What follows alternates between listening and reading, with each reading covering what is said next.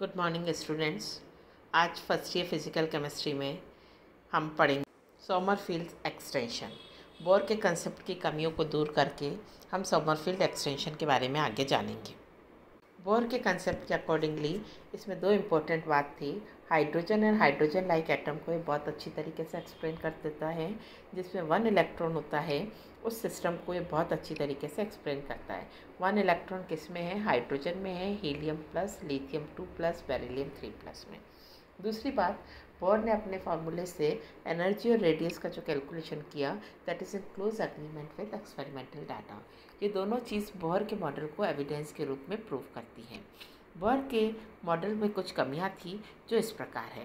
पहली कमी थी बोर के मॉडल की कि बोर ने 1 इलेक्ट्रॉन सिस्टम को अच्छी तरीके से समझाया, लेकिन जिस भी एटम में एक से ज़्यादा इलेक्ट्रॉन होता है he was not able to explain it properly.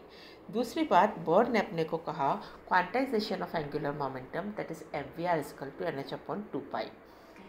लेकिन why orbit have to follow the quantization of angular momentum, कि उसी ऑर्बिट को परमिशन क्यों है जिसमें mvr इक्वल टू nh/2π है, ये बोर एक्सप्लेन नहीं कर सके।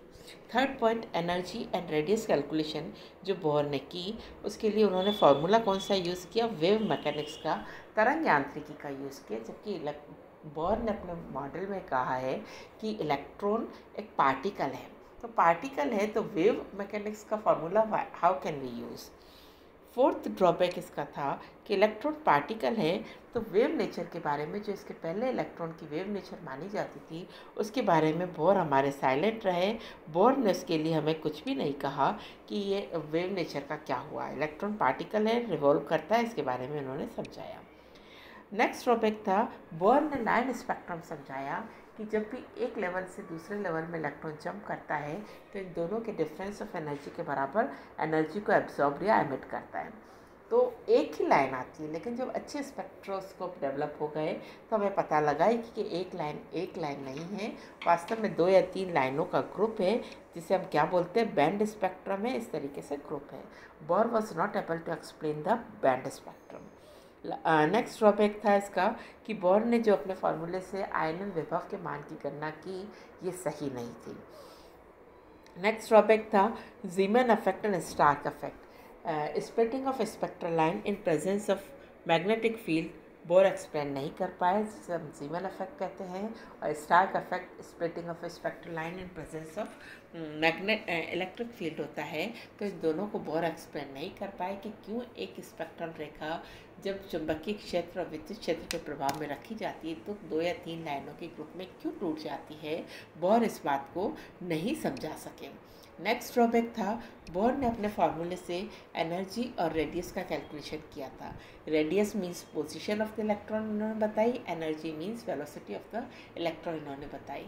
यानी बोर ने एक ही समय में इलेक्ट्रॉन की पोजीशन और स्पीड दोनों को प्रिसाइसली मेजर कर दिया। आज हम हाइजेनबर्ग अनसर्टेनिटी प्रिंसिपल पढ़ते हैं और हम कहते हैं कि इसका कोई भी अपवाद नहीं है। अगर इसका अपवाद नहीं है तो हम इलेक्ट्रॉन का एक ही समय में पोजीशन और स्पीड दोनों कैसे पता कर सकते हैं। जबकि हाइजेनबर्ग ने कहा कि अगर हम पोजीशन क्लियरली मेजर करेंगे तो स्पीड में अनसर्टेनिटी बढ़ जाएगी, और अगर हम स्पीड सर्टेनली मेजर करेंगे तो हमारी पोजीशन में अनसर्टेनिटी।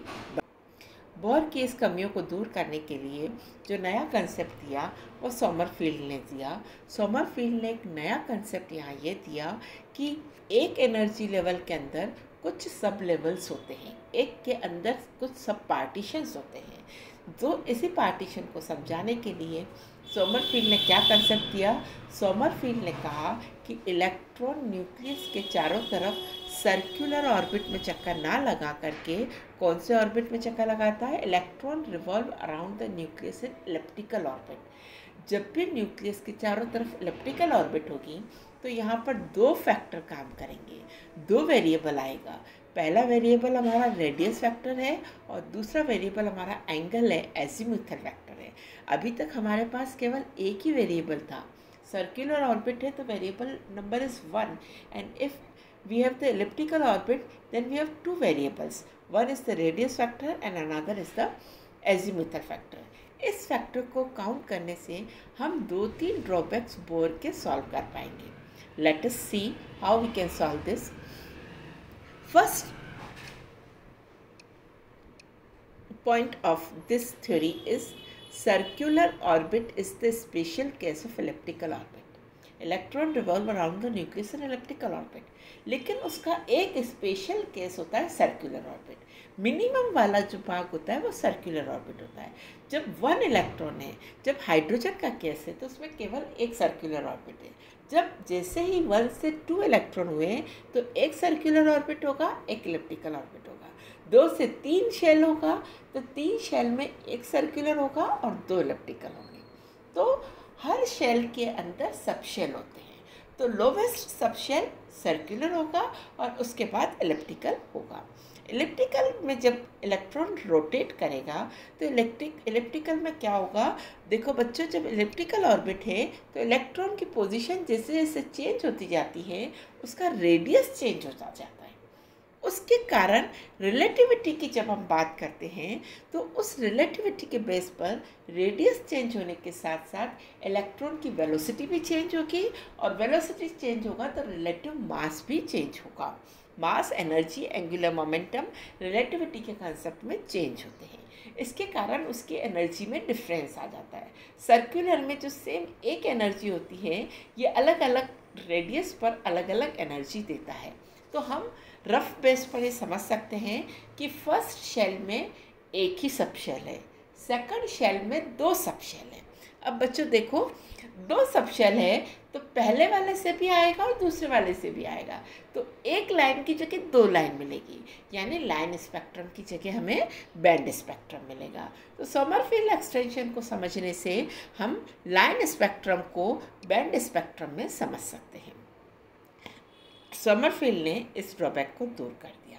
दूसरी बात, समरफील्ड ने एक नया कंसेप्ट इंट्रोड्यूस किया कि एक शेल के अंदर सब शेल होते हैं, जो हम आज पढ़ते हैं एजीमुथल क्वांटम नंबर, जिसमें हम सब शेल की बात करते हैं. It was introduced by the Sommerfeld.